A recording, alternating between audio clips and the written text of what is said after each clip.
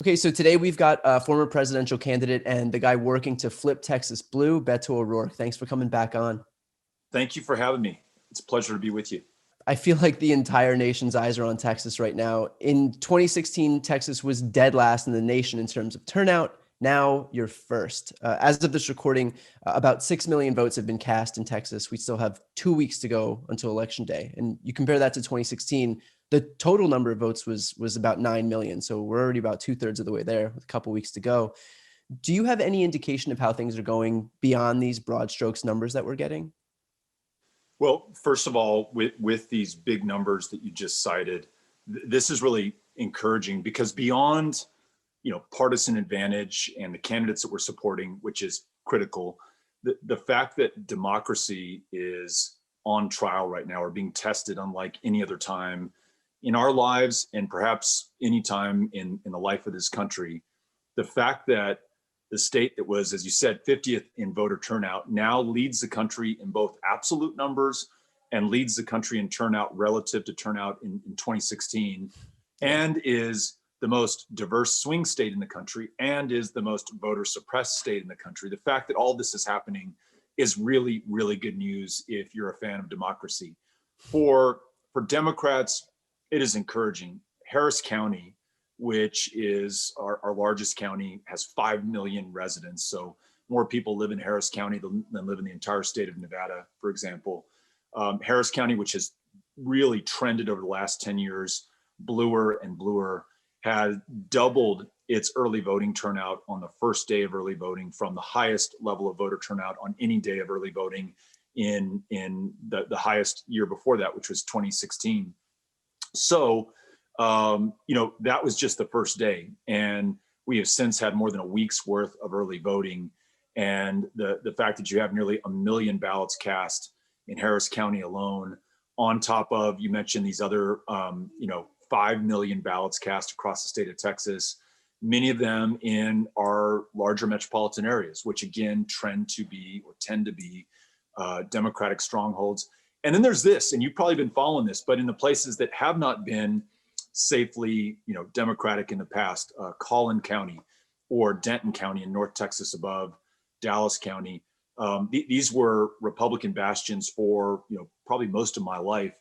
They are turning. They began to turn seriously in 2018. And now I think it is fully on. And their voter turnout is exceeding even the turnout in Harris County, which for the first few days of early voting was the big story. And so whether it's the metro areas, whether it's the suburbs like Collin and Denton County, you're seeing big turnout. And what we can begin to extrapolate is that looks good for Democrats, not, mission accomplished, not a slam dunk. We're nowhere near out of the woods yet. And we might want to get into this in the conversation, but Ken Paxton, our attorney general, Greg Abbott, our governor, both Republicans, are throwing the kitchen sink in terms of voter suppressive tactics right now in real time, like literally today, to try to stop people from voting or invalidating votes. So they know that they're losing. They're desperate.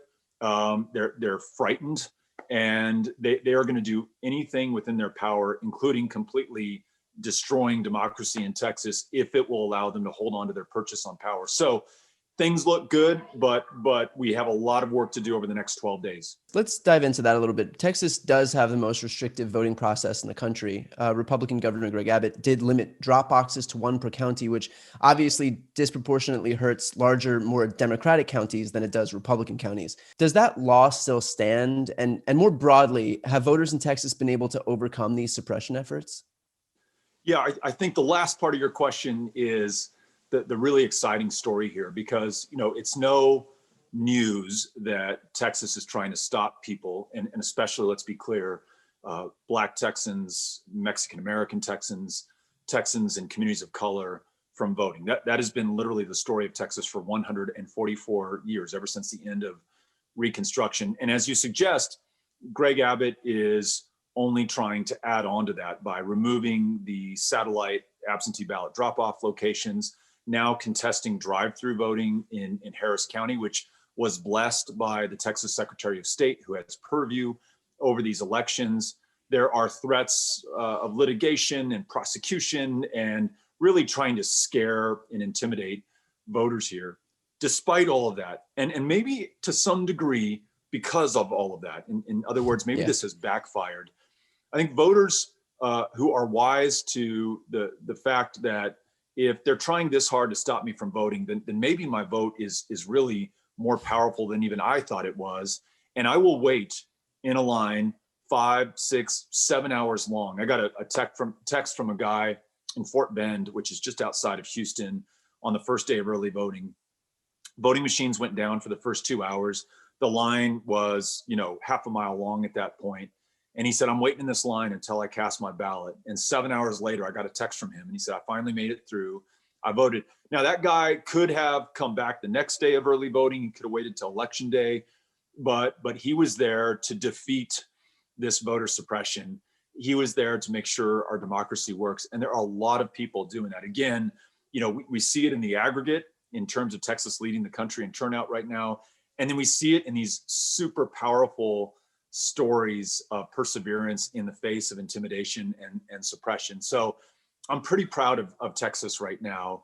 And I think our responsibility, really wherever you live in the United States, whether you're a Texan or live in Idaho or California or Wyoming, is if the people of Texas are willing to take on this fight and against these long odds, have a shot at overcoming this.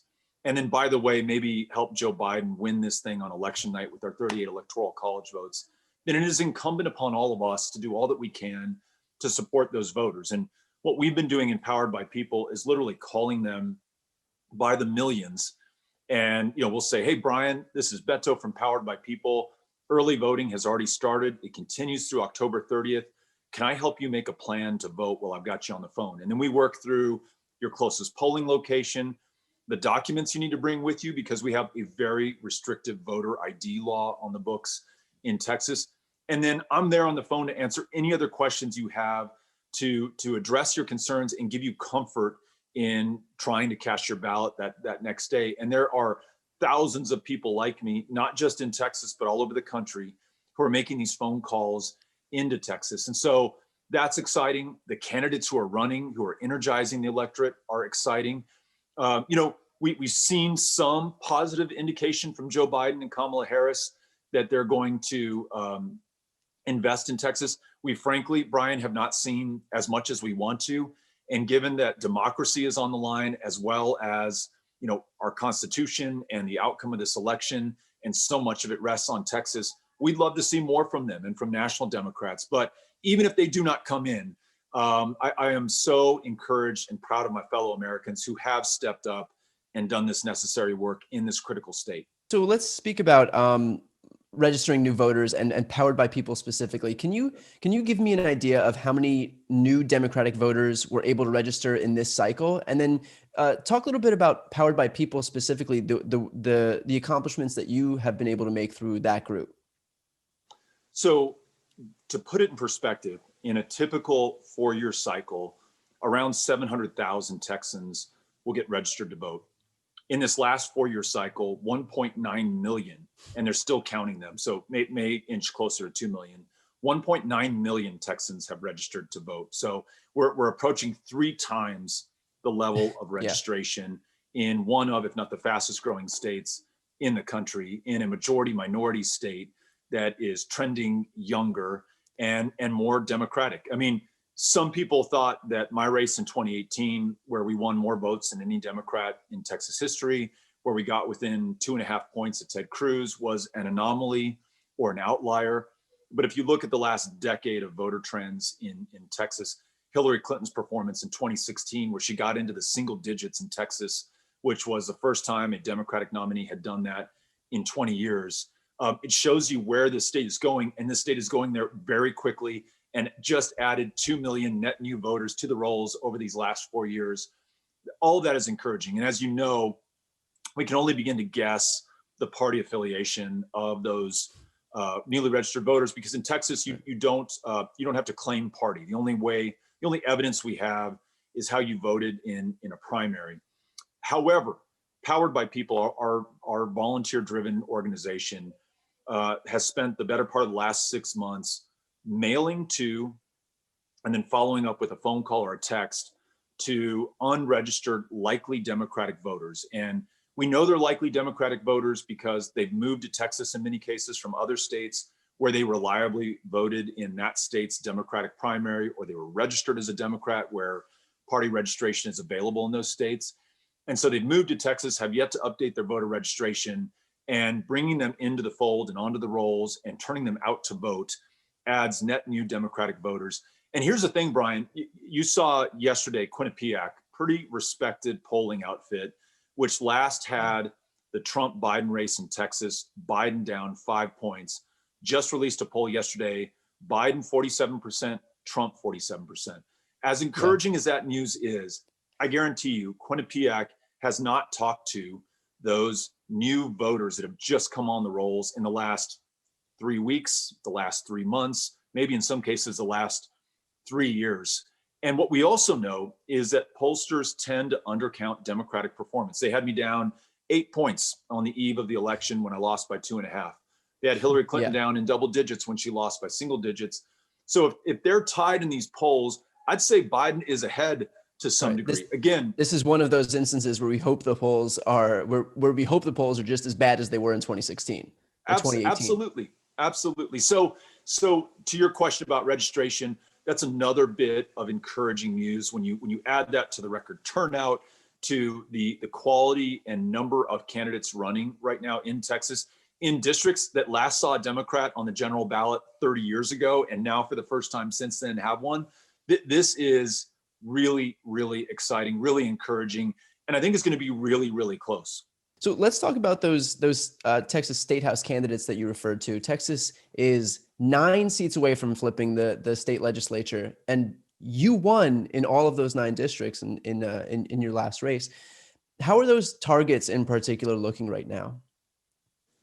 They're looking really good. So what you essentially have is about 24 competitive races, largely clustered around the Dallas-Fort Worth metro area and suburbs. So Tarrant County, Dallas County, Collin County, and Dallas, Tarrant, Collin, and Denton. And then in the southeast part of the state around Houston, Harris County, Fort Bend County, you have another cluster. And then in the San Antonio, Austin corridor, you have some races. So these are the big cities and suburbs around them. And we have to pick up 9, as you said, and we know we can because we've turned out those voters in 2018 in sufficient numbers. But in addition, there's another dozen competitive races, probably another dozen that we have to defend. So this is on literally across the board. And then you have this new development that to me is just thrilling. I mentioned a second ago, there are parts of Texas that last saw a Democrat on the general ballot, when I was a kid. And you now have Democrats running there for the first time since then. In East Texas, for example, there's a guy named Jason Rogers who is an Army veteran, retired public school teacher, currently is a diesel mechanic, is a Democrat, and is running in a district that hasn't seen one in forever.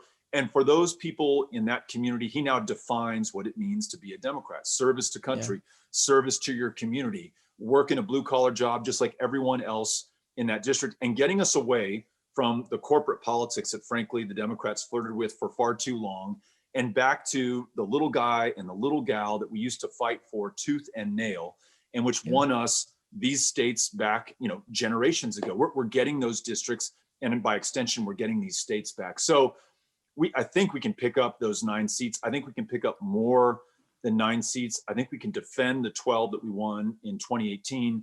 And if we do that, then in 2021, when this legislature is seated with a new Democratic majority, we will be at the table when districts are redrawn in Texas, and when we draw in 3 new congressional districts, given our population growth that will be accounted for in this census. So this is like a 10-year moment on November 3rd. It locks in or changes power for a decade, and not just for Texas, but for the rest of the country.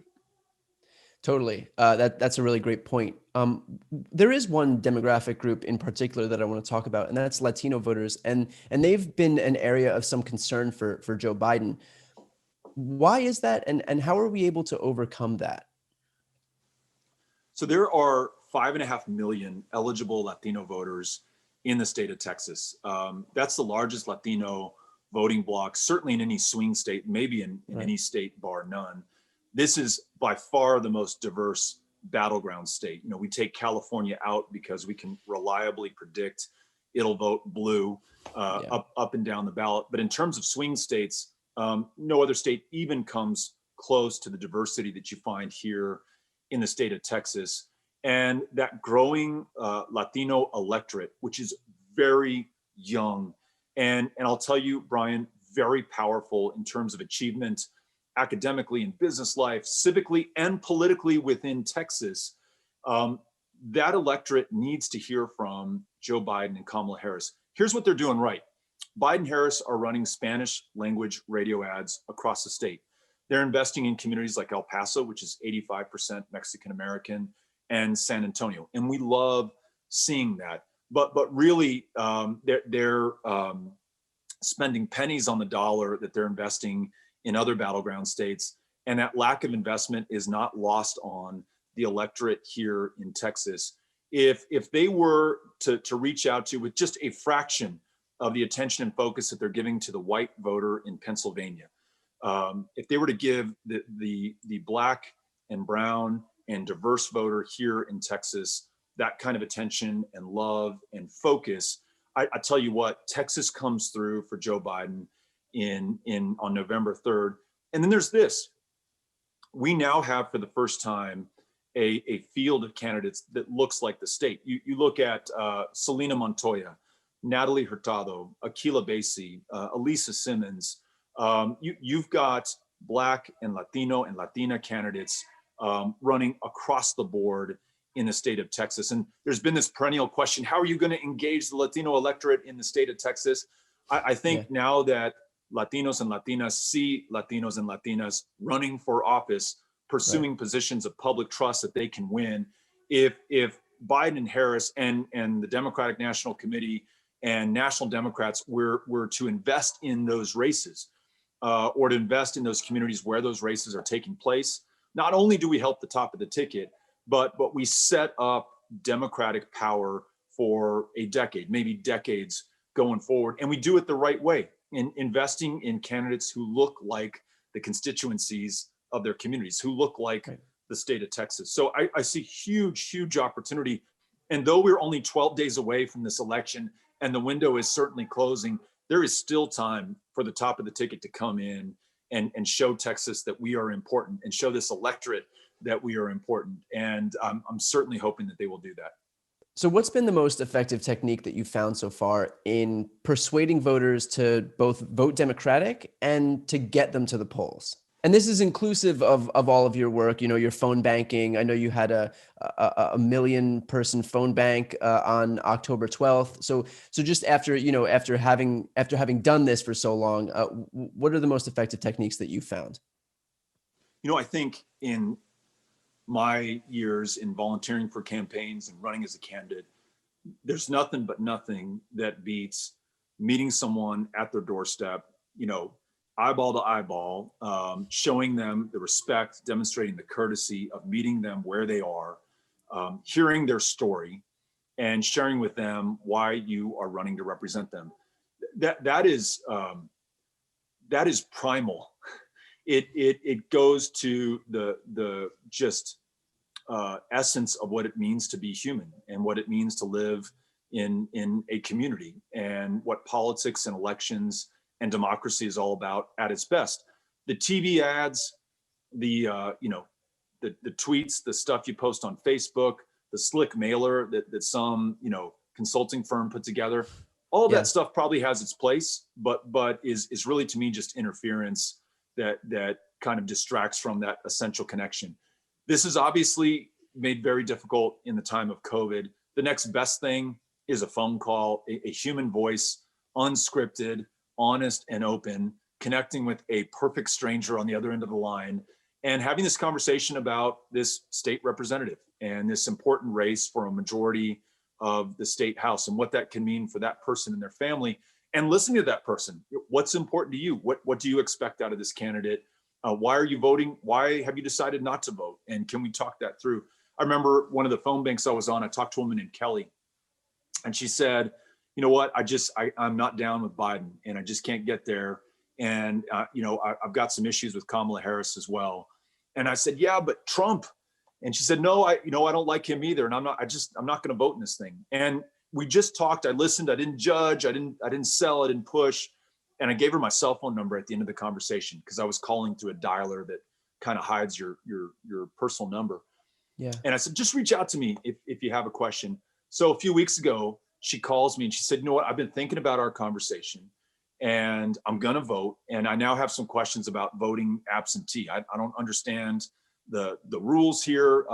She came here through the military, was relatively new to Texas. Texas makes it very hard, as you said, at the top to register and to vote, even harder to absentee vote. She said, I don't understand this. Can you walk me through this? And I did. And Brian, even though it was just one vote in a state of 30 million people, I felt so damn fulfilled. And I felt like I'm not a witness or a bystander to this election. I have some agency. This woman, Kelly, she has some agency. We have a role to play in this. And so I think if you can't knock on someone's door, if you can't meet them in person at a town hall, if you can reach out to them by phone, maybe less effectively by text, but make that human to human connection, and don't feel like you have to read talking points or follow a script. Just connect with that person and try to bring them into our democracy. That's when this thing really works. And that's what essentially Powered by People, our organization, is doing. You mentioned the Million Voter Phone Bank. We ended up making 3 million phone calls that day. And part of what was powerful about it was reaching those people.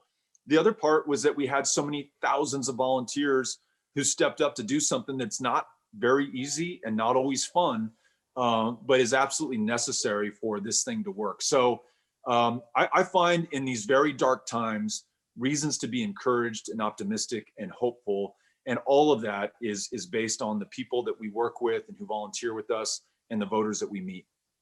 Yeah, I mean, I say, building on what you just said, I say in just about every podcast that I have every single week to take care of your circle, to make sure that you find one person who wasn't registered to vote in 2016 or 2018 to make sure you get them to the polls. If everybody just does their small part, not everybody needs a massive social media following or some giant microphone. You just find your circle and you do your part, and it might, it might seem small from far away, but ultimately that's what's gonna swing this election. So one thing I did want to ask, and I'm curious about this, we think of Texas, outside of Texas, as this like conservative bastion, right? Like deep red Texas, but in reality, it's really not that. Trump won Texas, like you said, by 9 points in 2016. This isn't West Virginia, right? So do you attribute that to the fact that more Democrats are coming in, or are Republicans in Texas just not the brand of Republicans that Trump has turned the GOP into? Yeah, this is such a good question. And I think it gets to the heart of this democracy test that we're undergoing in Texas, because I would argue we really have never been a red state. What we have been is a non-voting state. And that non-voting status was achieved through very artful and purposeful voter suppression tactics aimed at Black and brown voters and voters in communities of color. And the racial gerrymander, for example, the white Republican legislature finds the Black voter, moves them out of a congressional district where they may have some voting power and impact, and puts them in a district where the power of their vote is diminished, and then the likelihood of their vote is diminished. And so any of us who get on our high horse and are like, if you don't vote, you get what you deserve. And if you don't vote, you're not a full American, and all that jazz. I've learned to be much more empathetic and understanding when I hear the stories of Black voters in Texas who say, my vote really does not count for much. And I was moved from this district to this one to this other one. And I finally gave up. And I don't blame that person. I blame all of us who didn't stand up and stop this racial gerrymander when it happened. And so, by design, not by accident, and not for any lack of love of democracy, we found ourselves at 50th. So I think, to the spirit of your question, what you are seeing is Texas moving from a non-voting state to a voting state. And in so doing is revealing its true character and nature and genius.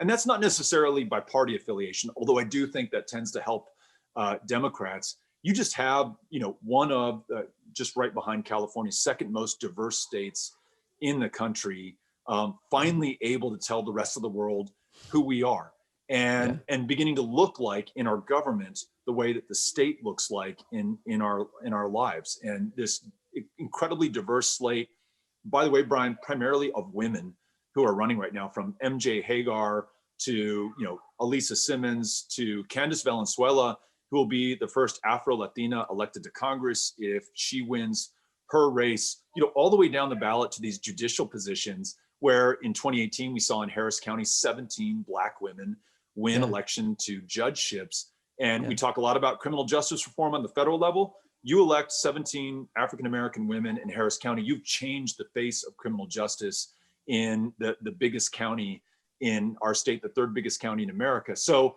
there's some really, really, really exciting stuff happening in Texas. And I think our call to the rest of the country is, come help us do this and finish the job. The voters of Texas, and I want to give specific credit to voters of color in Texas, have stood up and overcome this suppression so far in this election. But they're going to throw more at us, and specifically more at those voters. And so please help us help those voters make a plan to vote and answer their questions about voting, and then help them to help decide the outcome of this election, which decides the outcome for this country. This is where it's at. Last thing, I know you had spoken just before about continuing to make phone calls. How can we help? Are there still calls to be made? Yes, I'm so glad you asked. So Powered by People is basically hosting a phone bank every day for the next 11 days, going through till election day. And it's pretty simple. You jump on a Zoom with me. I introduce the phone bank, why we're doing this. We get a quick tutorial on the dialer, and then we hit the phones. And you don't have to sell a candidate or a political party. You just talk to those voters who will decide the outcome of this election, and ask them to make a plan to vote, and help them to do that if they have any questions. And think about it this way. If you join one of these phone banks, you're not just fighting for Democrats, you're fighting for democracy. Brian, you said this, and the Washington Post reported it on Friday. This state makes it harder than any other state in the union to vote. And it's doing so in a cynical, unconstitutional attempt to hold on to power for Republicans. When you call these voters, you're helping them to transcend and overcome that, and actually cast their ballot to guarantee that not only do Democrats win, but our democracy works. And so if you go to the website, it's poweredbypeople.org. Poweredxpeople.org is the way that we spell it.